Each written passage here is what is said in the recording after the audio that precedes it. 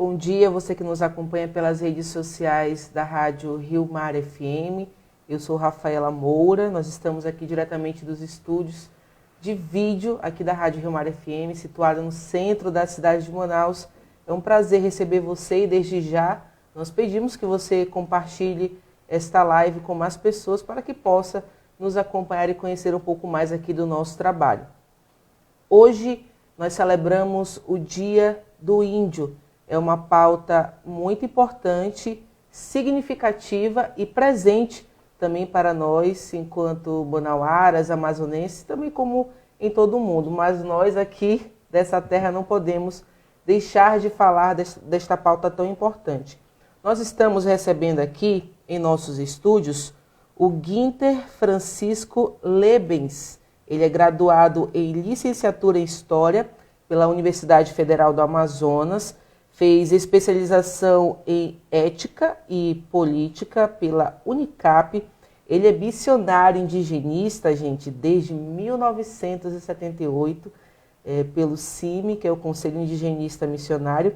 E esse ano foi o ano que ele veio aqui para o Amazonas. Ele é autor, juntamente com Egon Heck e Priscila Carvalho, da obra Amazônia Indígena, Conquistas e Desafios, e um dos organizadores de Povos Indígenas Isolados na Amazônia, uma luta pela sobrevivência, parceria aí do CIMI, Conselho Indigenista Missionário, e da UFAM, da Universidade Federal do Amazonas. Então a gente vai conversar bastante aqui com ele, tirar algumas dúvidas. Seja bem-vindo, Guinter. Obrigado, bom dia. Prazer estar aqui e poder conversar aí sobre essa temática importante, né? Que na verdade diz muito em relação a nós e também ao nosso futuro. Isso aí. Como bem disse no início aqui, hoje é celebrado o Dia do Índio. E o Conselho Indigenista Missionário, que é o CIMI, ele completa 50 anos, então é jubileu de ouro, muita história para contar, muitas experiências e com certeza muitas lutas também. No dia 24 de abril, foi fundado nesta data, no ano de 1972, e tem uma missão especial junto a esses povos. Mas o Guinter vai explicar mais detalhado para a gente como é que funciona, Guinter, o Conselho Indigenista Missionário.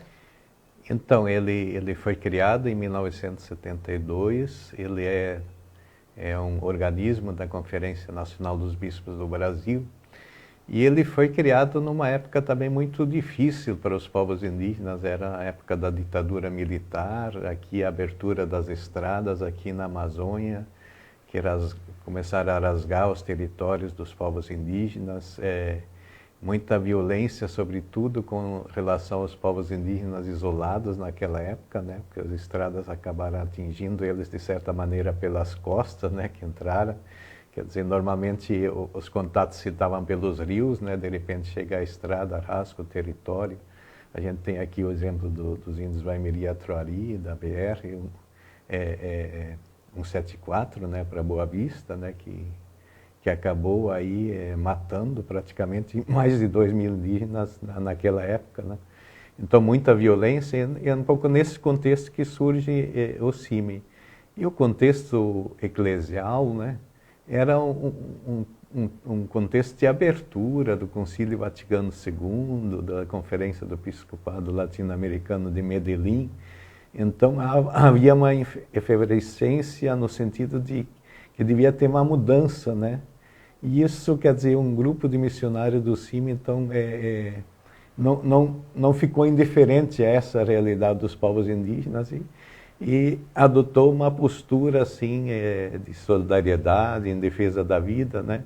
E que foi gestada aí o Conselho Indigenista Missionário com a perspectiva não de conquista espiritual. Então havia até uma necessidade de descolonizar as mentes, né? E a própria Igreja Católica, né? E assumiu então como a sua tarefa, né, o apoio aos direitos dos povos indígenas, ao território, à cultura, ao respeito, à valorização das culturas, né? E também a perspectiva da autodeterminação. Os povos são sujeitos de sua história, né? Até então, a leitura que se fazia, a perspectiva apontada era os povos indígenas serem integrados e desaparecerem no conjunto da sociedade brasileira, né? E aí com o CIMI e essa nova postura da Igreja Católica, não, eles são sujeitos, eles têm as suas culturas, têm que ser valorizados. E para que eles possam sobreviver enquanto povos, né, é necessário que se resguarde os seus territórios, né? Então, esse é um pouco o sentido dessa nova missão que vem com o CIMI, né? E que foi uma iniciativa da CNBB no sentido de articular os missionários, né, que tinham missões isoladas com os povos indígenas e ampliar a ação da igreja e também um novo jeito de se fazer presente, um jeito de presença nas aldeias, quer dizer, não no sentido de levar uma verdade, mas de compartilhar a vida, os desafios e lutar junto com os povos indígenas. Esse é o sentido da missão do CIMI até hoje, né, que assumida na sua primeira Assembleia Geral em 1975. Né? A gente aproveita também para agradecer, né, a Conferência Nacional dos Bispos do Brasil, a CNBB, que tem esse cuidado, essa proximidade tão grande com a sociedade e trabalha com tantos organismos que beneficiam, né, a todos nós. A escravidão indígena no Brasil teve uma lei abolicionista, né, uma lei de, digamos assim, de liberdade no ano de 1755. Mas essa lei só se consolidou em 1758. Será que a gente pode dizer que os povos indígenas são livres no Brasil? Então, mesmo naquela época, no período colonial, com uma lei que deixava os índios livres, né, eles nunca foram livres para deixar de trabalhar para o sistema colonial, né? Então, na verdade, eles eram livres, mas não podiam se negar a trabalhar. Então, era um tipo de escravidão também, mesmo no tempo que oficialmente eram declarados livres, né? E hoje, quer dizer, existe, na verdade, ainda uma dominação, né, muito forte em relação aos povos indígenas, em relação, no sentido de impor a eles um jeito de ser diferente do que estão acostumados ou do que pretendem seguir, né? E muita pressão sobre os territórios, né? Quer dizer, os territórios dos povos têm um direito sagrado deles, quer dizer, eles vieram antes dos europeus e do próprio Estado brasileiro. Então, e o próprio Estado reconhece os direitos originários, né? E hoje há uma tentativa de retrocesso, né, nesses direitos territoriais, né? E retroceder em relação a esse direito sagrado é você atentar contra a vida, contra o futuro dos povos indígenas. Então, é extremamente importante que esses povos tenham os seus territórios demarcados e garantidos, né? E também, vou fazer uma menção aqui rápida sobre uma situação ainda mais peculiar, né? Porque são situações em que povos existem aqui na Amazônia, né, que estão numa situação ainda mais vulnerável, povos indígenas ainda mais vulneráveis, que são aqueles grupos que ainda estão, que estão em situação de isolamento, né? Eles, na verdade, optaram por assumir essa condição de ser refugiados, estarem em lugares distantes, né? E esses também estão agora sob ameaça, né? Não têm os seus territórios garantidos, quer dizer, inclusive os projetos que vêm aí estão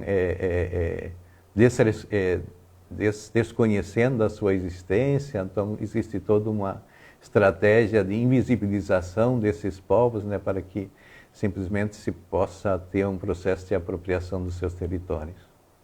Nós temos uma pauta muito presente e que não somente traz riscos a esses povos indígenas, mas também a todos nós, que são projetos de lei aí, sobre a demarcação de terras indígenas, que é o marco temporal. Então, o CIMI, ele tem chamado a atenção das autoridades com relação aos direitos dos povos indígenas. E esse projeto é o projeto de lei 490/2007, que é a demarcação de terras, o marco temporal. E também tem outro projeto que ataca os direitos dos povos indígenas, que é o PL 191/2020. Esse projeto, ele quer permitir a mineração em terras indígenas. Guinter, por que esses projetos são projetos de morte para os indígenas e também para nós, consequentemente? Então, esses projetos de lei, na verdade, são de iniciativa do que nós chamamos da bancada ruralista, né? Quer dizer, é uma bancada muito agressiva no Congresso Nacional e que defende, na verdade, uma desregulamentação total em relação à questão territorial, né? Então, quer dizer, são políticos aliados de grandes latifundiários e que pretendem expandir aí o agronegócio, inclusive de forma ilegal e legítima para cima dos territórios e comunidades tradicionais de povos indígenas. E esses dois projetos de lei, sobretudo o PL 490, ele tem essa perspectiva, né, de restringir os direitos territoriais dos povos indígenas, né? Então, forçar uma interpretação bem restritiva desse direito. E o marco temporal, na verdade, quer legalizar ou consolidar o esbulho das terras indígenas. Então, os povos indígenas que foram, por algum motivo, expulsos, não estavam em posse da terra em 1988, perderiam isso, né? Quer dizer, mesmo que tenham sido expulsos, que tenham saído da força, quer dizer, perderiam esse direito. Então, de fato uma forma de consolidar o esbulho histórico que aconteceu em relação aos povos indígenas. E isso de fato é um absurdo, quer dizer, eu espero que essa matéria está em discussão no Supremo, né? Inclusive dia 23 de junho vai ser retomado o julgamento sobre essa questão. E eu acho que o Supremo deve afastar de forma definitiva essa tese, que ela é bem esdrúxula, né? E é uma violação dos direitos constitucionais dos povos indígenas. Acho que o Supremo vai afastar isso. Mas o PL 490 faz parte dessa estratégia de criar um clima, né, de pressão também sobre o Supremo Tribunal a partir do Congresso Nacional. Então é um risco, sem dúvida um risco grande, porque de fato inviabiliza a demarcação das terras indígenas ainda não demarcadas, né, e fragiliza esse próprio direito territorial nas terras já demarcadas. E os indígenas, né, são de fato os guardiões da floresta, eles que cuidam da floresta. Imagina só, você tem uma terra e alguém entra, invade, usa ali dos seus bens. É mais ou menos isso, né, Guinter? E aí ainda tem esse PL 191, né, que é o seu PL da mineração, cujo pedido de apreciação de urgência foi aprovado pela Câmara dos Deputados, né? E é um projeto de lei que não coloca nenhuma cautela para a mineração em terra indígena, inclusive propõe uma mineração que sequer é possível, que é o garimpo, né? A Constituição veda explicitamente. Esse PL, inclusive, quer regulamentar o garimpo em terras indígenas. Mas a mineração em si, em terra indígena, não é proibida pela Constituição, né? Mas os constituintes tiveram um cuidado muito grande na formulação, exatamente com a preocupação de que essa atividade econômica pudesse ser muito impactante para as culturas e os territórios dos povos indígenas. Então, eles colocaram uma série de restrições e de cuidados, né? Exigindo condições especiais, que fosse aprovado pelo Congresso Nacional. E a interpretação que dá para fazer é de que, de fato, a mineração em terra indígena se poderia dar de forma excepcional, né? Excepcional no sentido, não existe mais minério no país, precisa extrair minério por causa de um benefício social, né? Então, aí se discute isso. Mas não, agora é a questão assim da depredação mesmo, que esse projeto de lei quer abrir as terras indígenas de forma escancarada. Sabe, tem vários tipos de mineração, mas essas grandes minerações, as áreas de servidão são enormes, quer dizer, então avança, quer dizer, inclusive uma população de fora para o interior das terras indígenas seria uma tragédia muito grande. Então, por isso que não faz nenhum sentido discutir um projeto dessa complexidade de forma urgente, quer dizer, é uma responsabilidade e um desrespeito muito grande para com os povos indígenas. Partindo agora para uma questão cultural, muitos amazonenses não gostam de serem chamados de índios, negam aí a sua origem. E algumas pessoas até se aborrecem com o assunto e acabam usando esta nomenclatura como algo pejorativo, com linguagens e atitudes que associam o nome do índio a algo ruim. Por que isso, Guinter?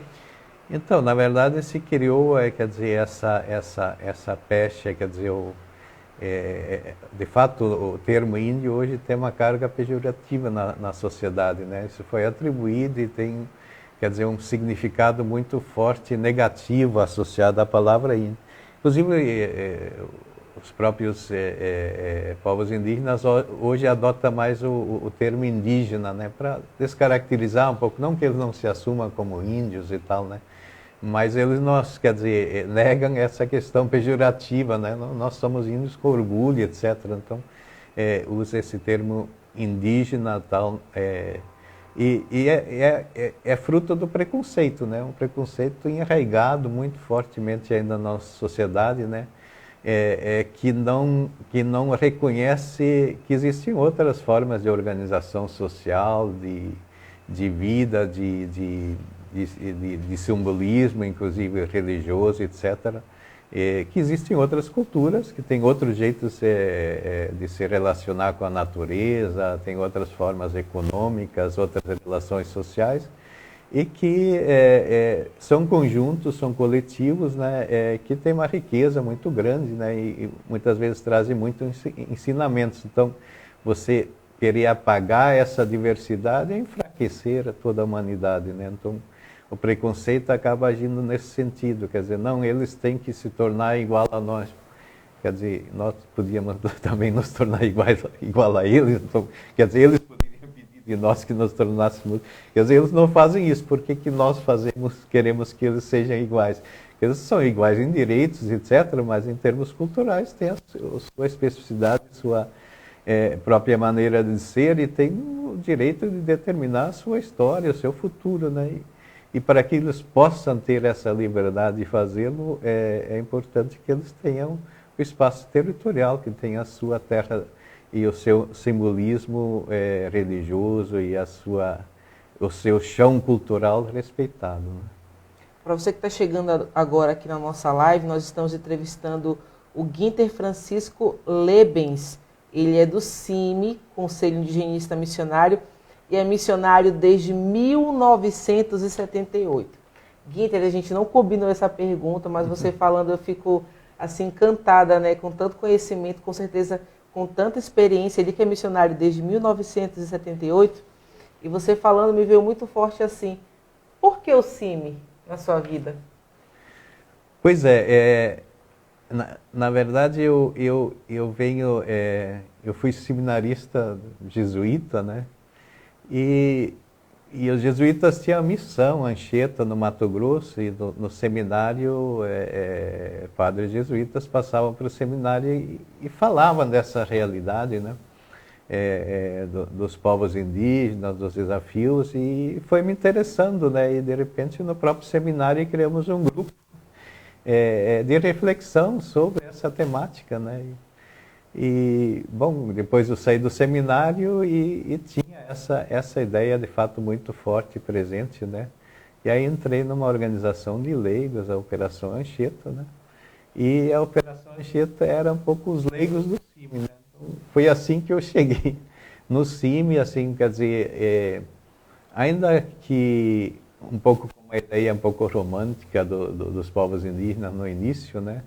Mas aí com a convivência com esses povos e com os companheiros, né, a gente foi compreendendo a beleza, né, que representa esses povos indígenas, mas também os grandes desafios, e daí essa vontade de poder de alguma forma somar com a luta desses povos. O CIMI ele promove muitas ações, envolve muitas pessoas e organismos. Se alguém quiser fazer parte do CIMI e se tornar um missionário como você, o que precisa fazer? Então, de fato, a causa indígena é a causa de todos nós, né? Não precisa ser do CIMI para apoiar esses povos e o seu futuro, né? Mas é importante, quer dizer, não somos tantos, né? E essa possibilidade, se tiver o interesse, né? É importante, assim, entrar em contato com as coordenações regionais do CIMI, consulte no site do CIMI, tem os endereços, as referências, os contatos das coordenações regionais do CIMI, né? E aí, a partir daí, conversa, quer dizer, o CIMI tem todo o cuidado também na preparação dos missionários, no sentido de terem uma compreensão, tem ferramentas para poder se apropriar ou entender melhor a cultura dos povos indígenas, estão na área de antropologia, também do direito, né? Para que os missionários não cheguem totalmente crus na aldeia, mas que tenham um pouco de ferramenta para entender o chão em que estão pisando, né? Então, existe uma preparação especial em relação a isso. E claro, né, vão usufruir, por um lado, desse privilégio, né, de compartilhar a vida com os povos indígenas, e, por outro lado, o desafio de apoiá-los nesse enfrentamento tão duro que eles estão tendo para assegurar os seus direitos. Guinter, que bonita a sua vida, que bonita a sua entrega, né, a essa missão tão bonita, e se fazer junto também nessa luta, né, pelos direitos dos povos indígenas. A gente torce para que um dia, esse dia seja de fato comemorado como se deve, e as portas aqui da Rádio Rio Mar FM estão sempre abertas para você. Nosso muito obrigada, e que Deus te abençoe sempre, que você continue firme e forte nessa missão. Tomara que a gente possa, de fato, comemorar um dia os povos indígenas no seu dia, né, de forma decente, né, e dizendo, ufa, finalmente os povos indígenas têm um futuro assegurado. E é importante esse futuro dos povos indígenas porque ele diz respeito também ao nosso futuro, né? Quer dizer, quanto benefício, por exemplo, os povos indígenas trazem quando protegem os seus territórios, um benefício coletivo para toda a humanidade, né, em relação ao meio ambiente, né? Então, quer dizer, além dessa riqueza cultural, eles também trazem um benefício aí na área ambiental fabuloso. E a igreja, né, o Sínodo da Amazônia se preocupou muito, quer dizer, o próprio Papa Francisco nos tem falado, né, olhem para o que eles falam, os povos indígenas. Olha, quer dizer, os povos indígenas, considerados por alguns como atrasados, na verdade são os povos do futuro, que enxergam longe. Quer dizer, se a gente destruir a natureza, quer dizer, nós não vamos ter futuro. E os povos dizem, olha, cuidado, vamos ter cuidado. E o Papa Francisco também nos chama a atenção para essa realidade, de prestar atenção nos povos indígenas, no seu jeito, naquilo que eles nos podem ensinar em termos de futuro. Então, acho que vamos caminhar com eles, né, e apoiá-los, porque faz parte também do nosso futuro, fazem parte do nosso futuro. Muito obrigada, Guinter. Muito obrigada a você que nos acompanhou aqui. É uma honra estar aqui sempre conversando com vocês. Desde já a gente pede que você compartilhe essa live para que outras pessoas também possam acompanhar conosco. É um tema muito importante, uma pauta muito importante. A gente também aproveita e pede para você acompanhar as nossas redes sociais. A Rádio Rio Mar FM, ela se encontra nas redes sociais, Facebook, Instagram, no YouTube. Nós também temos aí o nosso site, radioriomarfm.com.br.